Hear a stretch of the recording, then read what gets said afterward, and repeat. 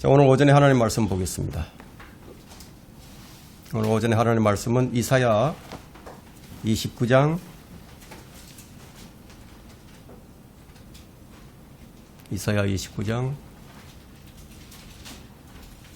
1절부터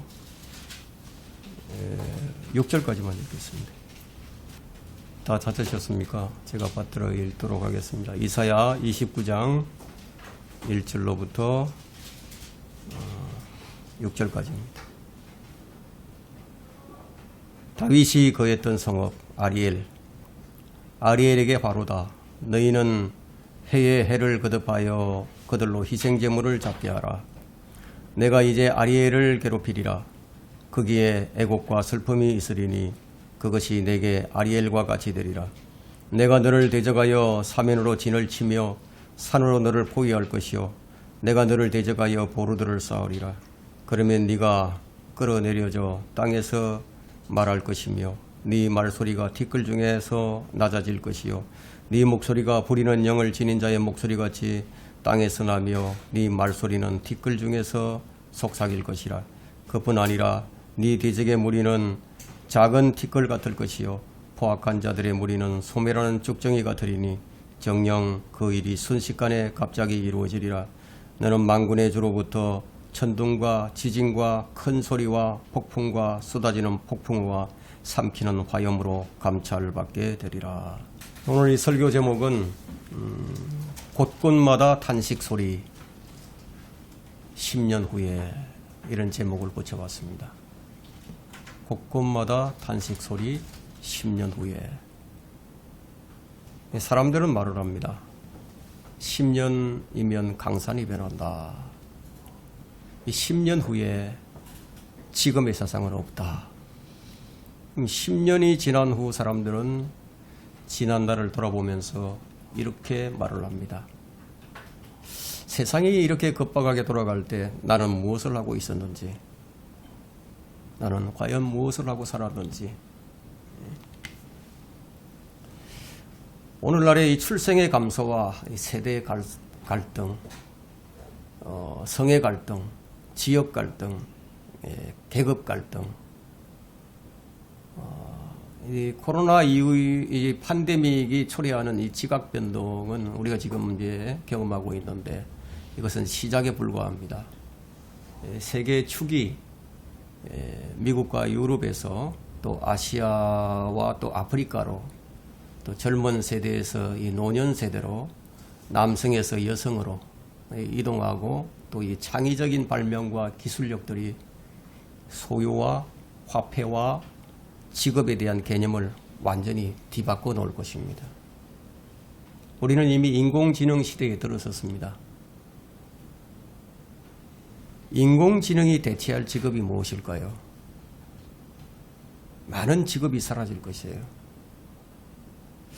이와 같은 추세라면 10년 이내에 사라질 직업의 1위는 의사가 되겠죠. 의사.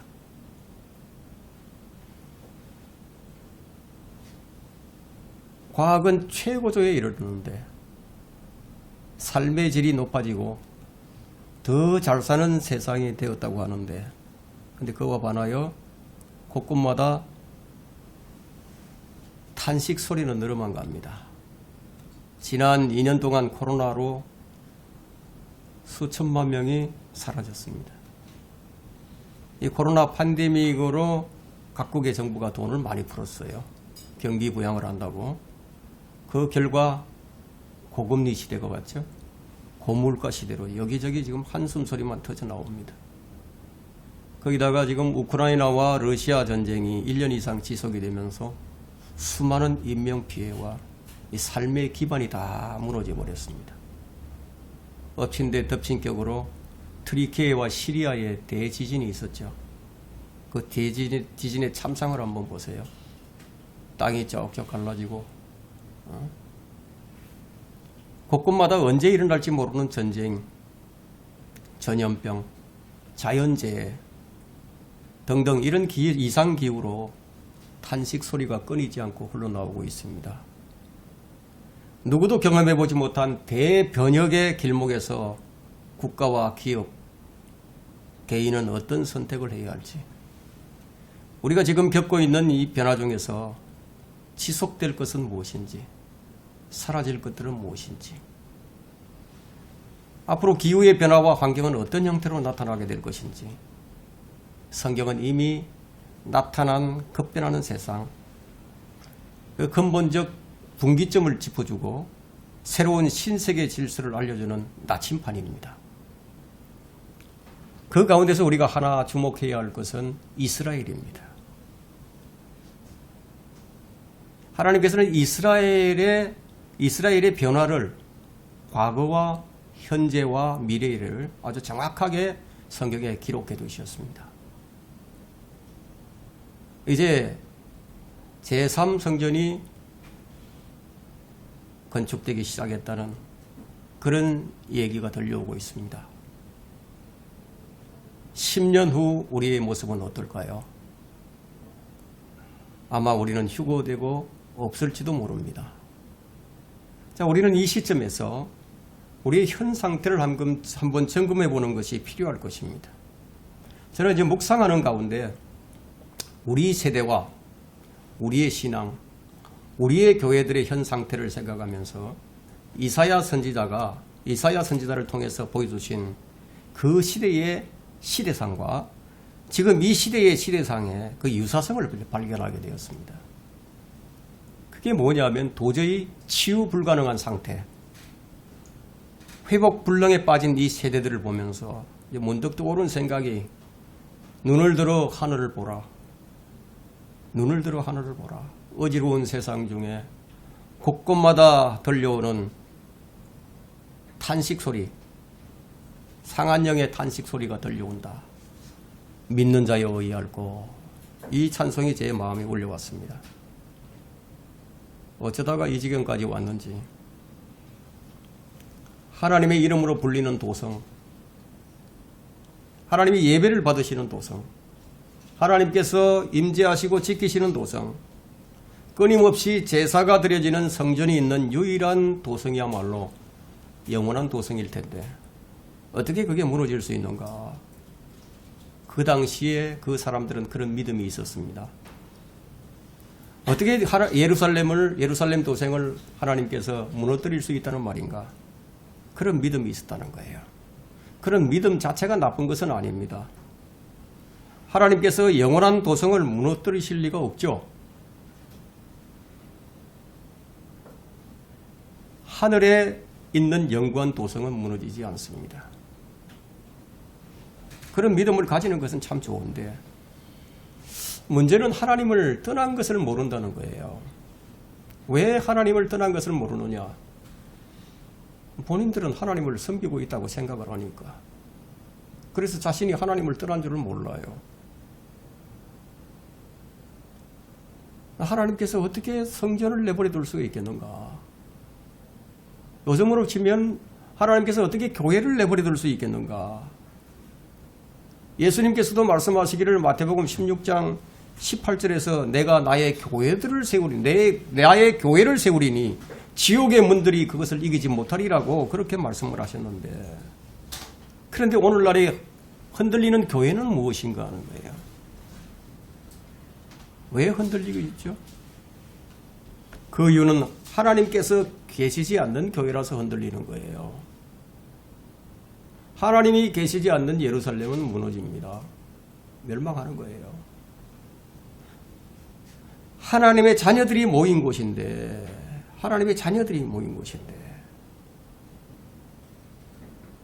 그건 교회죠. 그런데 하나님의 자녀들이 모인 곳이 아니라면 어떻게 교회라고 말할 수 있겠어요? 성경에 나오는 많은 지역교회가 있지만 그들 교회가 지금 존속하지 못하고 있습니다. 그들 교회는 성경에만 있어요. 성경에만 있어요.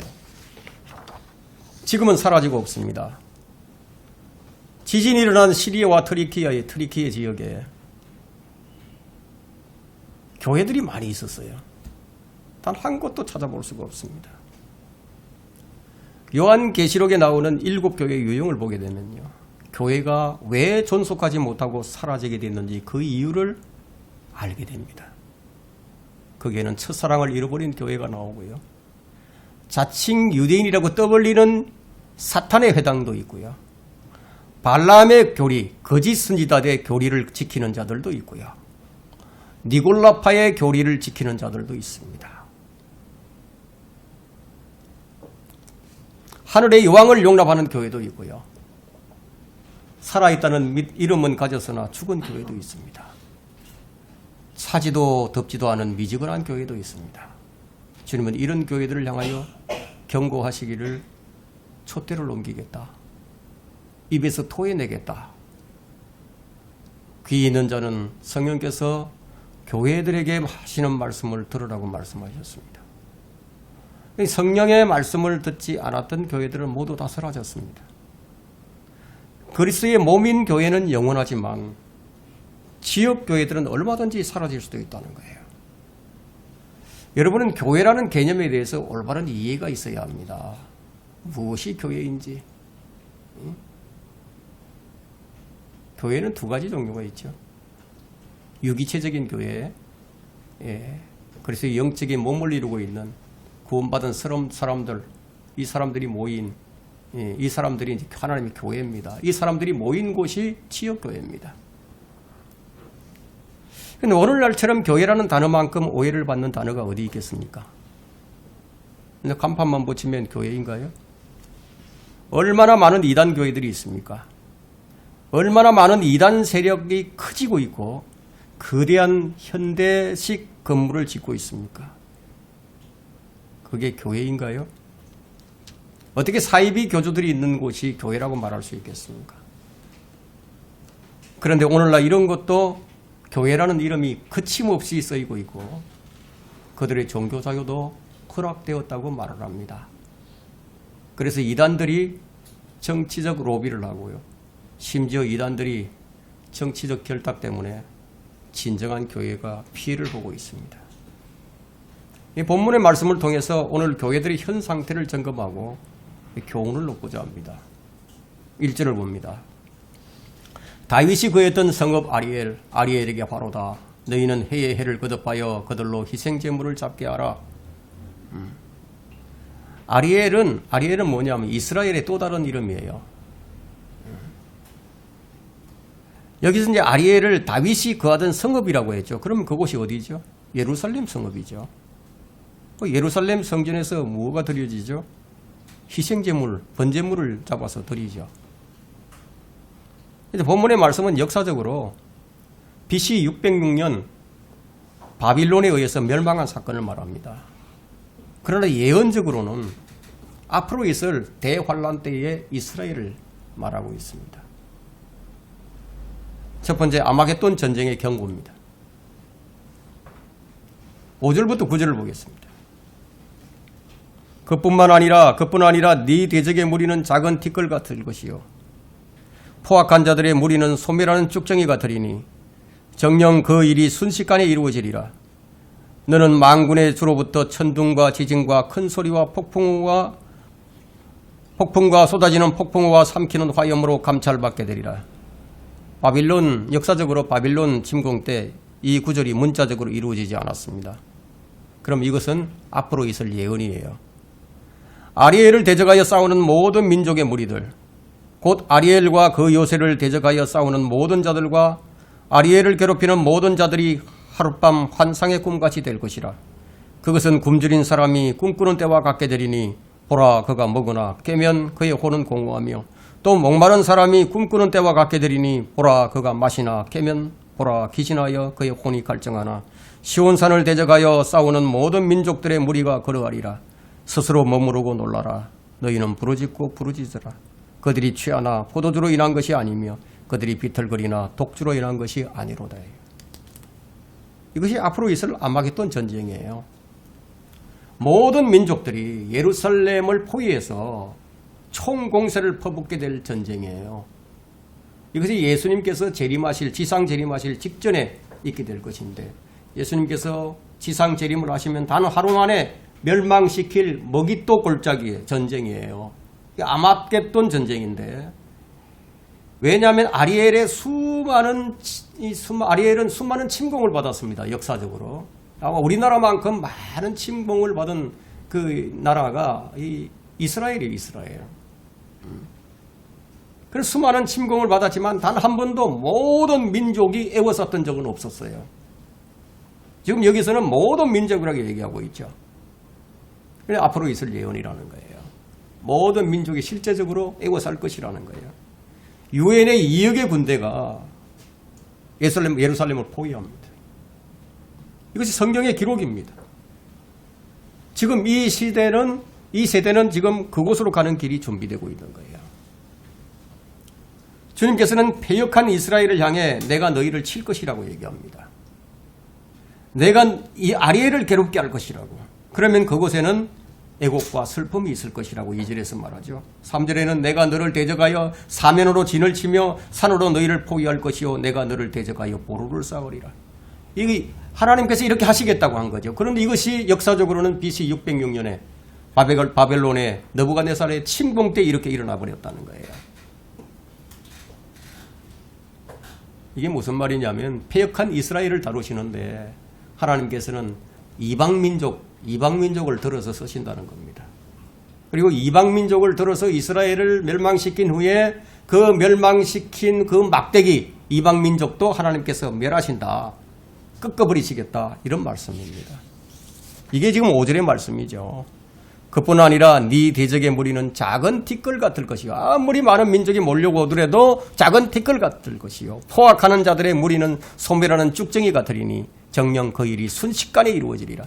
순식간 하루 만에 끝나버린다는 거예요. 지금 우크라이나와 러시아 전쟁이 지금 1년이 넘게 지속되고 있잖아요.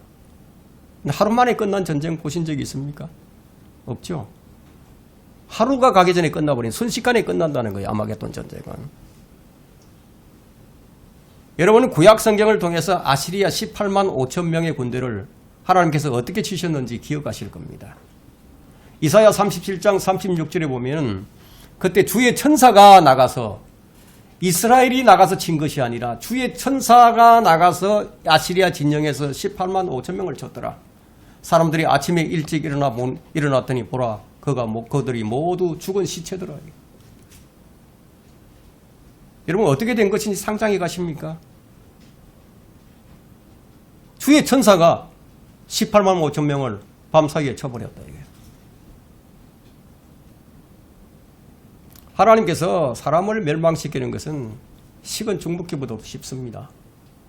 사람을 들어 쓰지 않더라도 벌레를 통해서도 사람을 죽이고요. 메뚜기 뭐든지 다 들어 쓰실 수 있는 거예요. 하나님께서. 이런 일들이 주의 재림 때 일어난다는 거예요. 그냥 그날에 얼마나 기세등등하게 모든 민족이 연합을 해서 2억 명의 군대를 이끌고 이스라엘을 완전히 제거해서 이 지상에서 이스라엘을 완전히 멸망시키겠다는 그렇게 해서 모여들 것인지 한번 상상을 해보세요. 그러나 그들 모두는 하룻밤 환상의 꿈같이 사라질 겁니다. 한 사람도 살아남지 못합니다. 8절을 보세요. 그것은 굶주린 사람이 꿈꾸는 때와 같게 되리니 보라 그가 먹으나 깨면 그의 혼은 공허하며 또는 목마른 사람이 꿈꾸는 때와 같게 되리니 보라 그가 마시나 깨면 보라 기진하여 그의 혼이 갈증하니 시온산을 대적하여 싸우는 모든 민족들의 무리가 그러하리라.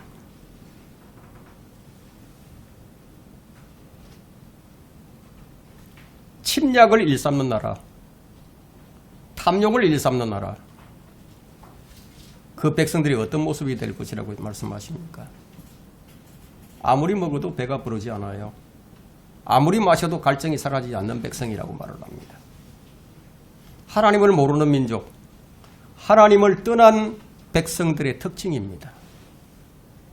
마치 꿈속에서 실컷 먹었는데 깨고 나면 배부르지 않는 것처럼 된 상태.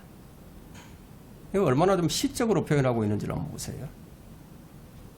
우리 인생 가운데 먹을 것이 그럴 수도 있다는 거예요. 지금 젊은 세대는 이것을 실감하지 못하겠지만 60, 70, 80 이상, 60 이상, 한 70 이상 된 분들은 우리나라가 어떻게 살았는지 기억을 할 겁니다. 이 세상에서 이 세계에서 가장 못 사는 나라가 이 대한민국이었습니다. 오릿고개를 다 경험하신 분들이죠.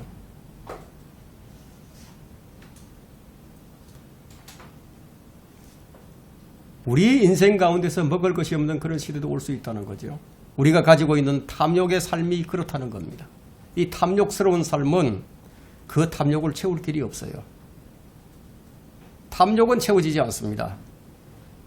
참 신기하죠. 근데 우리 마음이 그렇다는 거예요. 여러분, 우리 마음을 무엇으로 채울 수 있겠습니까? 이 탐욕스러운 마음을 채울 수 있는 것은 아무것도 없어요. 우리 마음은 눈에 보이는 것들로 채워지지 않습니다. 우리 마음은 보이는 것들로 절대로 채워지지 않아요. 우리 마음이 안 보이잖아요. 안 보이는 마음에 무엇으로 채울 수 있겠습니까? 아무리 채워도 채워지지 않는 스페이스예요. 하나님께서 좌정하시지 아니하시면은, 그분이 우리 마음속에 거하지 아니하시면 이게 해결이 안 돼요. 좀 더 구체적으로 말하면 그분으로 가득 채우지 않으면 안 된다는 거예요. 근데 이걸 다른 것들로 채우려고 하니까 그때부터 인생의 비극이 시작된 거예요. 우리가 그걸 알면서도 그걸 어쩌지 못해요. 근데 해결이 안 된다는 거예요. 아마 여러분 가운데 그런 분들이 있을 겁니다. 이걸 알아요. 내 마음에 하나님으로 채워야 된다. 늘 성령으로 충만한 삶을 살아야 한다. 안다는 거예요. 그런데 해결이 안 된다. 그래서 이 보이지 않는 공간에 눈에 보이는 것들로 채워달라고 채워달라고 하는 게 기도 제목이죠. 그죠? 보이지 않는 공간에 보이는 것들로 채워달라고 하는 게 이 기도 제목이라는 거예요.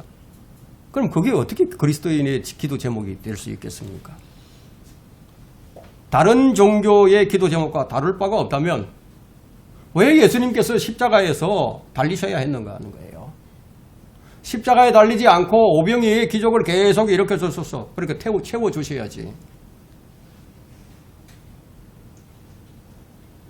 예수님이 십자가를 지신 것은 채워지지 않는 공간을 채워야 할 분을 우리에게 주시기 위해서 십자가에 지신 거예요. 그러니까 우리의 기도가 얼마나 빗나가고 있는지를 한번 보세요. 우리의 기도가 이렇게 빗나가고 있습니다. 이렇게 빗나가는 것은 바로 우리 인간의 탐욕입니다. 종교전쟁처럼 끔찍한 전쟁이 또 어디 있겠습니까? 200년간 지속되었던 십자가 전쟁, 십자군 전쟁. 이 십자군 전쟁은 인간의 탐욕 때문이었습니다. 심지어 종교개혁자로 불리는 칼빈은 장로교의 창시자죠. 칼빈은 자기 교리와 다르다는 이유로 그의 친구 세베르투스를 화형에 채워버렸습니다. 그가 죽인 숫자가 30명이 넘습니다. 종교개혁이라는 이름으로. 가톨릭은 자기 교리에 맞지 않는 자들을 수도 없이 죽였습니다. 그들은 하나님의 이름으로 6천만 명 이상을 죽인 것으로 추산되고 있습니다. 얼마나 끔찍한 일입니까? 예수님께서 이런 사람들을 양산해 내시려고 교회를 세우신 것인가요? 얼마나 잘못 나가고 있는지 한번 보시라는 거예요. 요한계시록의 7교회 중에 칭찬받는 교회가 딱 하나뿐이었다는 것을 생각해 보세요. 무엇을 의미하죠? 진짜 참다운 교회는 극히 드물다는 거예요. 예수님을 믿는다고 하는데 실상은 예수님을 모르는 거죠. 어떻게 하나님의 이름으로 사람을 죽입니까? 오늘 이 본문에 나와 있는 이스라엘의 상태와 뭐가 다르죠? 그래서 오늘날 교회를 향해서 이렇게 말씀하십니다. 9절부터 10절입니다. 스스로 머무르고 놀라라. 너희는 부르짖고 부르짖으라. 그들이 취하나 포도주로 인한 것이 아니요 아니면 그들이 비틀거리나 독주로 인한 것이 아니로다. 이는 주께서 깊은 잠의 영을 너희에게 부어주사 너희의 눈을 감기게 하셨음이니 그가 선지자들과 너희의 치리자들과 선견자들을 가리셨느니라. 무엇을 지금 말씀하고 있죠? 그럼 영적인 비틀거림을 얘기하고 있는 거예요. 근데 그들의 비틀거림이 세상에 취해서 그런 것이 아니라는 거예요. 여기 1절에 보니까 그들이 번제도 드리고 희생제도 계속 드리고 있습니다. 그런데 그 정상적인 신앙이 아니라는 거예요. 바른 영이 아니라는 거예요. 그럼 무엇과도 같죠? 예배도 드리고 찬양도 하고 신앙생활을 하지만 하나님과 아무 상관없는 신앙생활이라는 겁니다. 그들이 왜 비틀거리죠?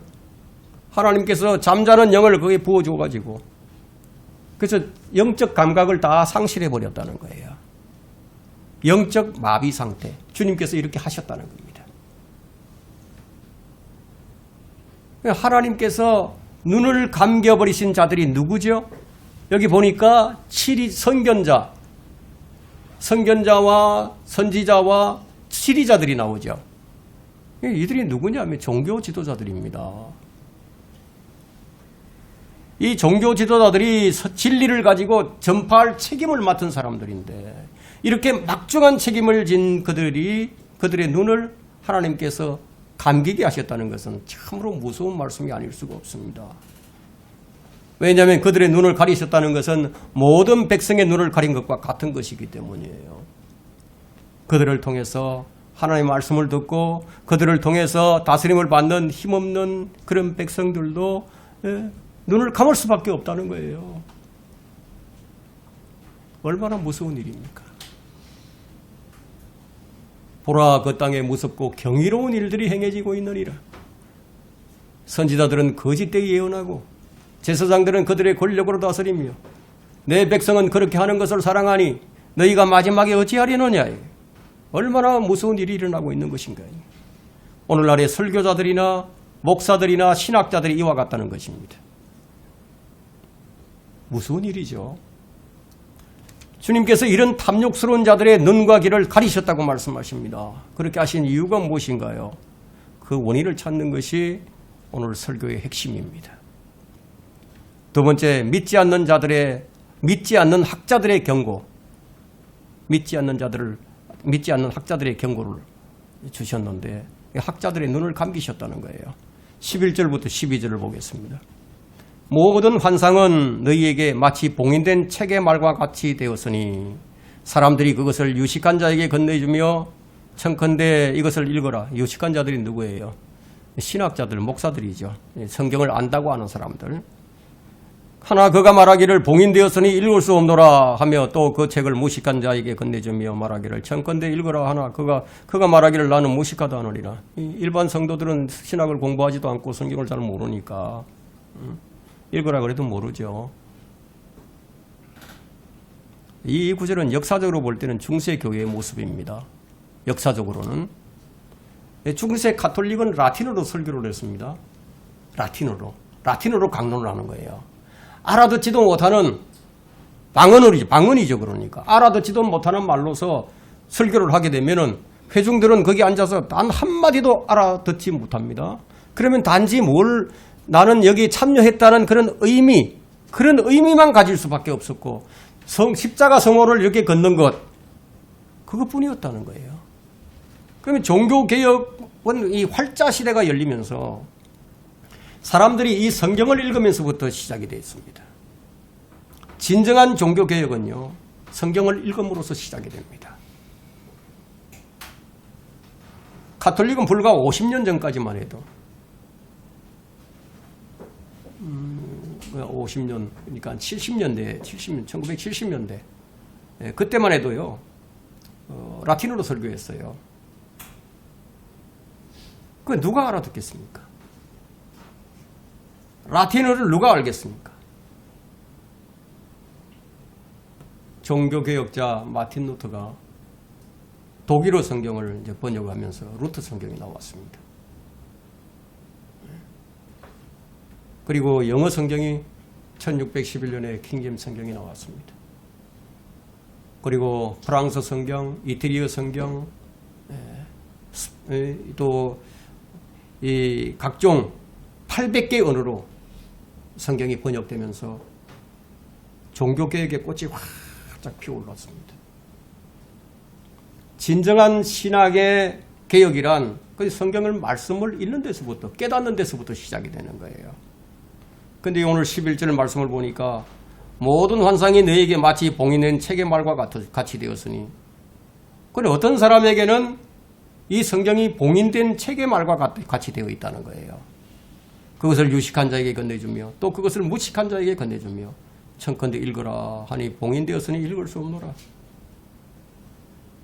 성경이 어떤 자들에게 봉인되어 있다는 것은요, 성령의 조명을 조금도 받지 못하는 것을 의미합니다.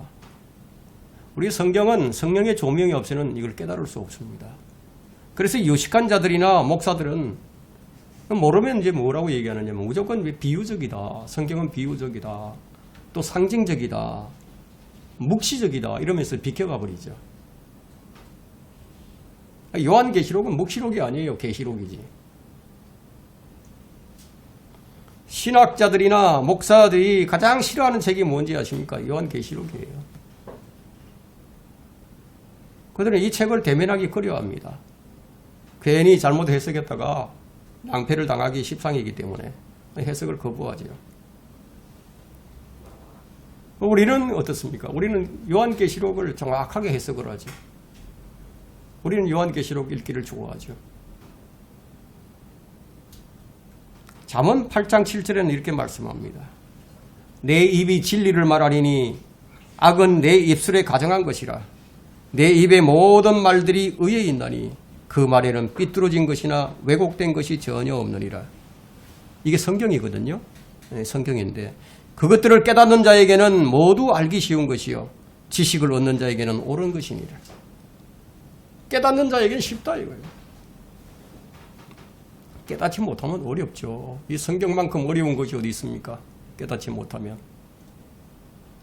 성경을 100독을 읽은 사람, 성경을 100번을 읽었어요. 그리고 성경을 50번 이상을 필사를 했습니다. 옮겨 적었습니다.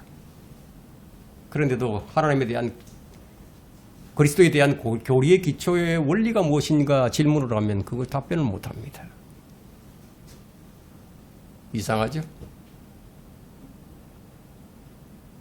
그리스도인이라면 적어도 그리스도에 대한 교리의 기초 원리를 알아야 된다 이게요. 그것을 알아야만이 온전함으로 향해 나아갈 수가 있는 거예요. 기초가 부실하면 아무것도 세울 수가 없죠. 하나님의 말씀은 의에 있고 삐뚤어진 것이나 왜곡된 것이 전혀 없어요. 다만 깨닫지 못하는 자들에게는 어렵지만 그것을 깨달은 자들에게는 알기 쉬운 책이라는 거예요. 그래서 예수님께서 하신 말씀이 무엇입니까? 들을 귀 있는 자는 들을지어다 말씀하신 거예요. 들을 귀 있는 자는 들을지어다. 아무나 듣는 게 아니라는 거예요. 이 말씀이 성경에 8번 기록이 되어 있습니다. 들을 귀 있는 자는 들을지어다. 8번. 그러니까 들어도 깨닫지 못하는 자들에게 그 말씀이 봉인되어 있다는 겁니다. 그들의 눈이 감겨 있다는 것이죠. 그러나 전혀 가능성이 없는 것은 아니에요. 주님은 깨닫지 못하는 제자들에게 지각을 열어주셔서 그것을 깨닫게 해주셨습니다. 주님이 열어주시면 우리에게는 알기 쉬운 책이 됩니다. 성경은 어떤 자들에게는 닫힌 책이요 어떤 자들에게는 열린 책입니다. 하나님께서 어떤 자들의 눈을 감기셨죠? 이 13절과 14절에 보니까 그러므로 주께서 말씀하시기를 13절 14절 보세요. 그러므로 주께서 말씀하시기를 이 백성이 입술로는 나를 가까이 하며 그들의 입술로는 나를 존경하나 그들의 마음은 내게서 멀리 떠났으며 나를 향한 그들의 두려움도 그들의 법규로 가르친 것이라. 그러므로 보라 내가 이 백성 가운데서 놀라운 일을 추진하리니 놀라운 일과 이적이라. 그들의 현자들의 지혜가 없어지고 그들의 총명한 자들의 명철이 숨겨지리라 하셨도다. 이렇게 하셨다는 거예요. 어떤 자들에게? 겉으로는 하나님을 잘 섬긴다고 하지만 마음으로는 하나님이 없어. 그런 사람들에게. 이게 그때나 지금이나 일어나고 있는 가장 큰 문제예요. 하나님을 매일 불러요. 매일 불러요. 근데 입으로만 하나님을 가까이 합니다. 입으로는 늘 하나님을 가까이 하고 입술로는 하나님을 경배를 해요. 때로는 감동도 받고 때로는 은혜를 받았다고 얘기까지 합니다. 무슨 은혜를 받았습니까? 이런 질문을 하면 그 은혜가 무엇인지 답을 못합니다. 입술로는 찬양도 하고 안 하는 게 없어요. 근데 문제가 뭐예요? 그들의 마음은 내게서 멀리 떠났으며 마음에는 하나님이 안 계신다는 거예요. 여러분, 하나님을 두려워하면 뭘 하겠습니까? 사람들이 계명들로 가르침을 받았을 뿐인데 매번 설교 듣고 목사들의 달콤한 말, 복받는 말이나 해주면 아멘 아멘이나 굴욕스럽고 위협적인 말을 해도 복받기를 위해서 참고 견디고 구원을 잃어버릴까 봐 염려나 해대면서 10디 11조를 강조하고 각종 명목으로 헌금을 강요하고 마음이 편치 않아도 천국을 가기 위해서 버텨야 하니까 여러분, 이게 기복신앙이 아닙니까? 중세 로마 가톨릭이 면죄부를 팔아먹었던 것과 무엇이 다른 겁니까? 하나님의 말씀은 유대인에게 맡겨졌고 구원은 유대인에게서 나옵니다. 하나님의 택함을 받은 민족이요 독특한 백성이지만 회복 불능의 상태에 빠져버렸습니다. 세 번째, 치유와 회복이 불가능한 오늘날의 교회. 그 시대의 상황은 이사야 1장으로 한번 가보겠습니다.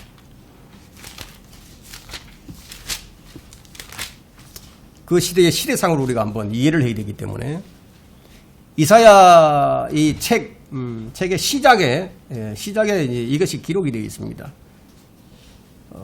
이사야 1장 2절로부터 4절까지 봅니다.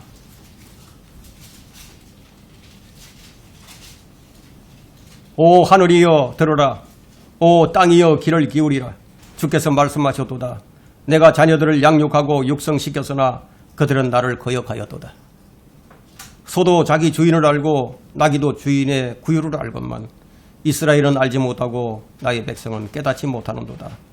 아 죄지은 민족이요 죄악을 짊어진 백성이요 행악자들의 씨앗이요 부패한 자손들이요 그들은 주를 버렸고 그들은 이스라엘의 거룩한 분을 성나게 하였으며 그들은 타락하여 멀리 가도다.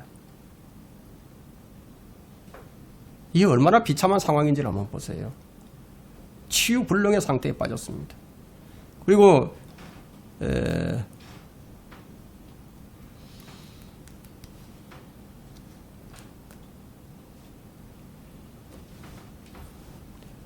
이사야 6장 9절부터 한번 보겠습니다.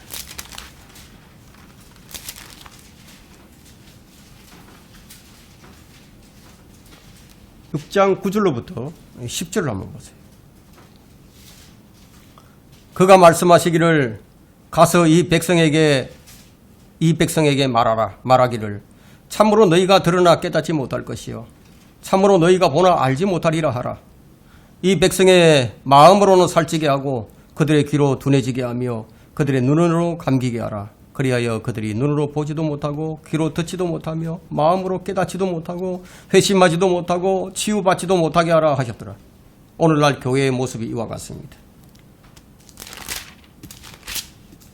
아니 우리들의 모습이 이와 같다는 거예요. 이 말씀이 신약성경에 4번씩이나 언급되고 있습니다.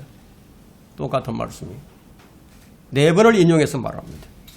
오늘날 현대교회의 상태가 이와 같다는 거죠. 치유불능의 상태, 회복불능의 상태에 놓여 있다는 겁니다. 그들은 철저하게 율법을 지키고 번제를 드리지만 그들의 상황은 치유불능의 상태에 빠져 있습니다. 그들이 무엇을 하는지, 주님께서 그들의 섬김을 어떻게 보시는지, 어떻게 여기시는지 이사야서의 시작에서부터 그 총체적인 모습을 보여줍니다. 다시 이사야 1장 11절부터 15절을 봅니다.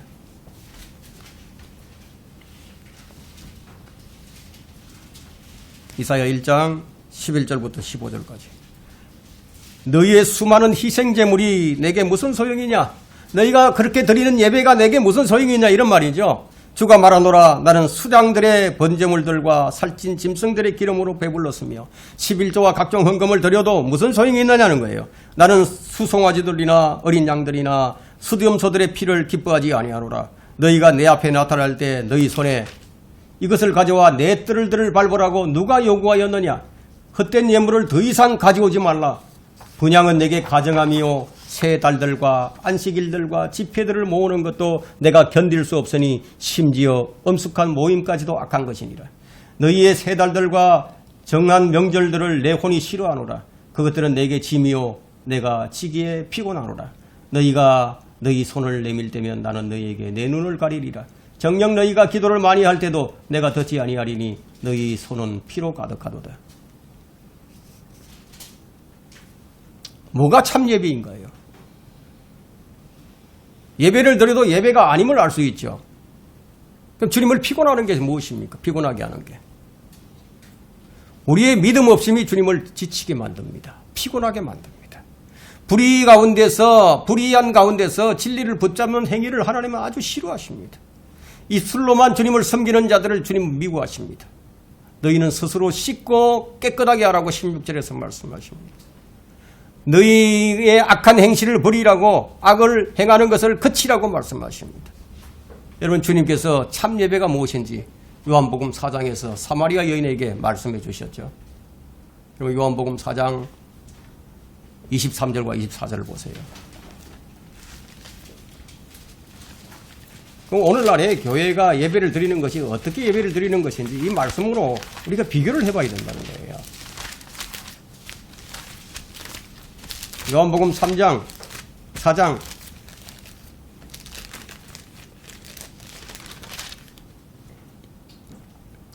23절과 24절을 봅니다.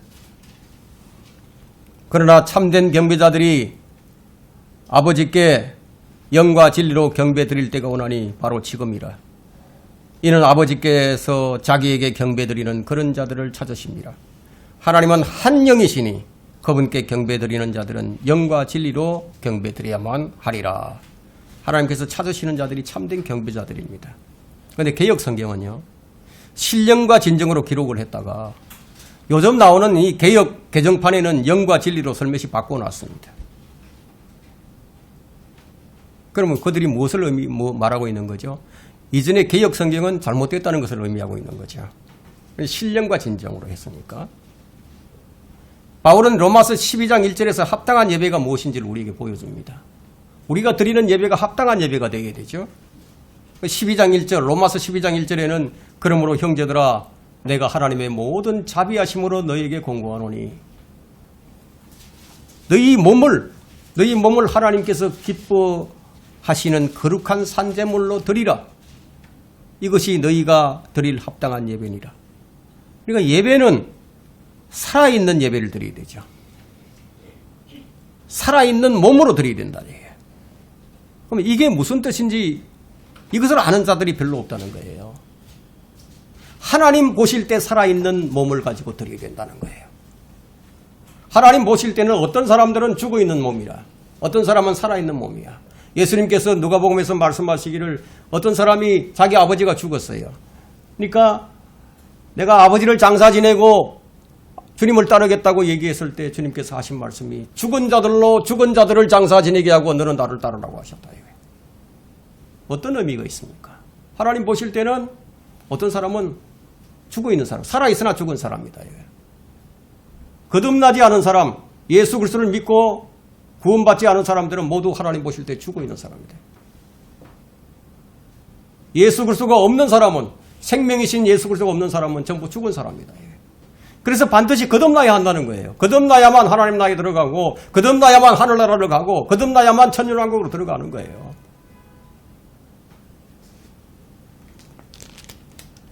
이걸 모르면 합당한 예배를 드릴 수 없어요. 거듭난 사람이, 즉 죽었던 영이 살아난 거듭난 사람이, 성령으로 태어난 사람이 진리의 말씀에 근거해서 성령을 통해서 하나님 아버지께 경배하는 것이 살아있는 제물로, 산 제물로 드리는 거다. 이게. 신령과 진정이 무엇입니까? 신령과 진정. 어떤 신의 영이라는 거죠? 신령? 명확하지가 않죠. 거듭나지 않은 교인들이 모여서 예배를 드리는 것은 죽은 예물을 드리는 거예요. 죽은 제물이죠. 거듭나지 않은 사람은 하나님 보시기에 모두 죽었어요. 우리는 구원받기 전에 우리는 모두 죽어있던 자들이었습니다. 에베소서 2장 1절에는 그것을 말하고 있죠. 허물과 죄들 가운데 죽었던 너희를 그가 살리셨으니, 우리는 허물과 죄들 가운데 이전에는 죽어 있었다. 이게. 하나님께서는 참된 경배자들을 찾으시는 거예요. 거듭난 사람들이 모여서 하나님을 찬양하고 하나님을 경배하는 그런 모습을 보기 원하신다는 거예요. 이사야 선지자가 말하는 이스라엘의 마지막 상태가 이렇다는 거예요. 우리의 상태는 어떻습니까? 여러분 말라기 2장 11절과 12절을 보세요. 구약 성경 마지막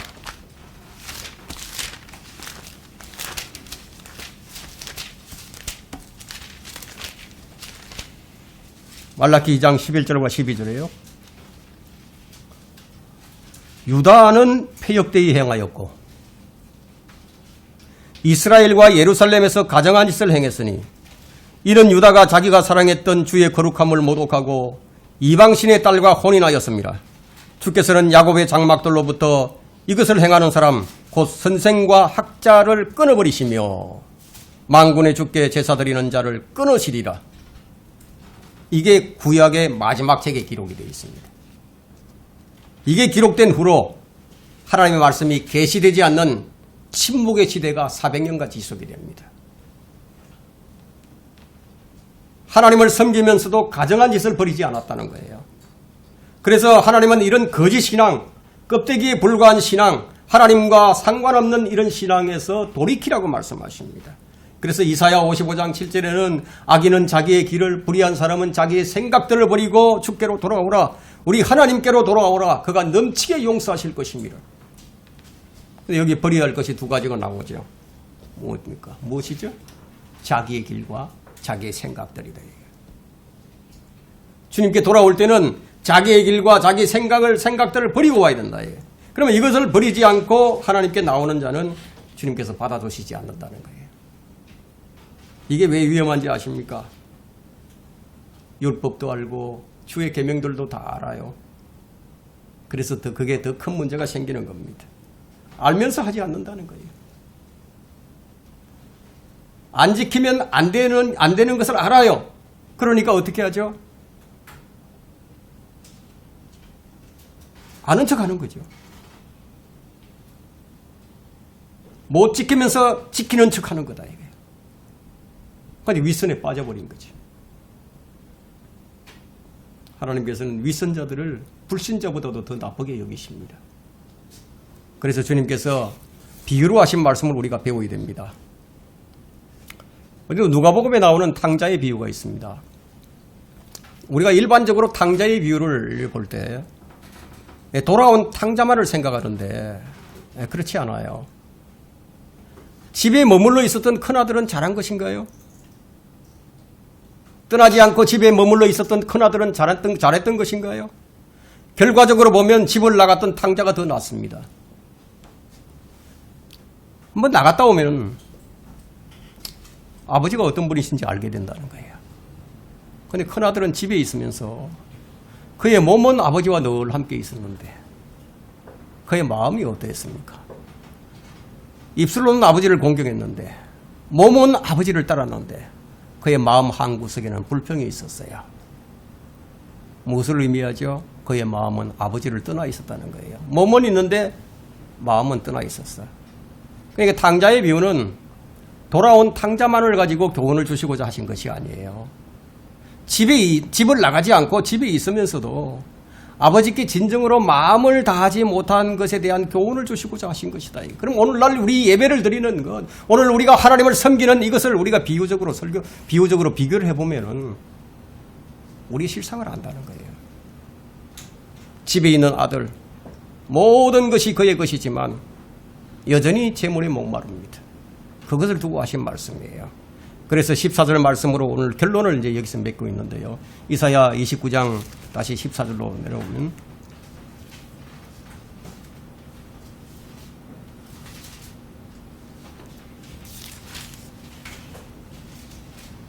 그러므로 보라 내가 이 백성 가운데서 놀라운 일을 추진하리니 놀라운 일과 이적이라 그들의 현자들의 지혜가 없어지고 그들의 총명한 자들의 명철이 숨겨지리라 하셨도다. 있어서는 안 될 일이 일어나 버린 거죠. 종교 지도자들이 이렇게 되어버리면은 그 나머지 사람들은 어떻게 되겠습니까?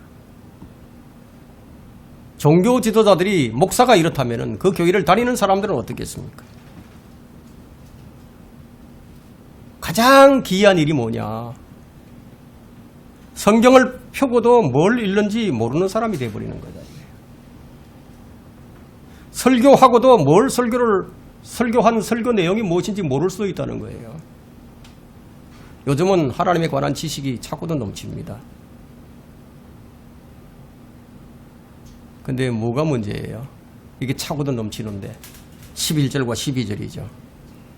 모든 환상은 너에게 마치 봉인된 책의 말과 같이 되었으니 사람들이 그것을 유식한 자에게 건네주며 말하기를 청컨대 이것을 읽어라 하나 그가 말하기를 봉인되어 있으니 읽을 수 없노라 하며 또 그 책을 무식한 자에게 건네주며 말하기를 청컨대 읽어라 하나 그가 말하기를 나는 무식하다 하느니라. 읽어도 들어도 모른다는 거예요. 읽어도 들어도. 오늘날로 치면은 너희가 교회라는 곳에 모여서 너희가 좋아하는 것들을 하고 있으니까 그걸 버리라는 거예요. 결론적으로 성경이 뭐라고 말씀하시는가? 내게로 돌아오라. 여기 앉아 있으면서도 하나님께 돌아오지 않고 내 자신의 길과 내 생각들로 삶이 반복되고 있다면 오늘날에 참으로 변화가 없는 종교인들을 보면서 주님은 이스라엘에 하신 말씀은 이 말씀을 우리에게 하시는 거예요. 늘 이 자신을 살펴서 내가 가지고 있는 내 지식으로부터 돌아서서 세상이 가지고 있는 육신의 정욕으로부터 돌이켜서 주님께로 돌이키는 거예요. 날마다 나에게로 나오는 반복적인 날마다 나에게로 돌아간다. 주님께로 돌아가야 하는데 나에게로 돌아온다. 이 반복적인 삶은 중심의 축이 무너지지 않았기 때문에 마치 다람쥐 쳇바퀴 돌듯이 반복된 삶을 사는 거예요. 늘 내 중심적으로 사는 거예요. 참으로 하나님께 돌이킨 사람은요. 십자가 이전과 십자가 이후가 확연히 달라져요. 구원받기 전과 구원받은 후가 완전히 달라진다. 이게. 그리고 하나님께로 돌이키지 않고 자기의 길로 돌이키는 사람은 뭐가 보이는지 아십니까? 날마다 상처난 내가 보인다. 이게. 날마다 부족한 나만 바라보이고 날마다 원망하는 나만 바라보이고요. 하나도 달라지질 않아요. 여러분 가장 큰 자유가 무엇입니까? 가장 큰 자유. 나 자신으로부터의 자유를 경험하기를 바랍니다. 오늘 주님께 감사함으로 기쁨으로 나아가기를 바랍니다. 크게 기뻐하면서 그 자유함 때문에 주님 앞에 잠잠히 머무는 사람이 되기를 바랍니다. 진정 이 시대의 모든 교회가 문을 닫는다 하더라도 진정 그리스도인들이 아버지의 마음을 기쁘시게 하고 시원하게 해주는 그것을 우리가 원한다는 거예요. 매일 주일 모이고 매일 성경을 읽고 기도하지만 아버지의 마음을 모르는 입술로만 공경하는 큰아들과 같은 자가 되지 않고 비록 집을 멀리 떠났을지라도 아버지를 그리워하고 아버지께로 달려오는 그런 아들이 되기를 바란다는 거예요. 진정한 돌이킴의 증거가 여러분의 인생에 있기를 바랍니다. 10년이면 강산이 변한다고 하는데 10년이 아니라 주님이 곧 오실 임박한 이때에 과연 주님께 우리의 모습은 어떤 모습일까요? 설교를 마칩니다.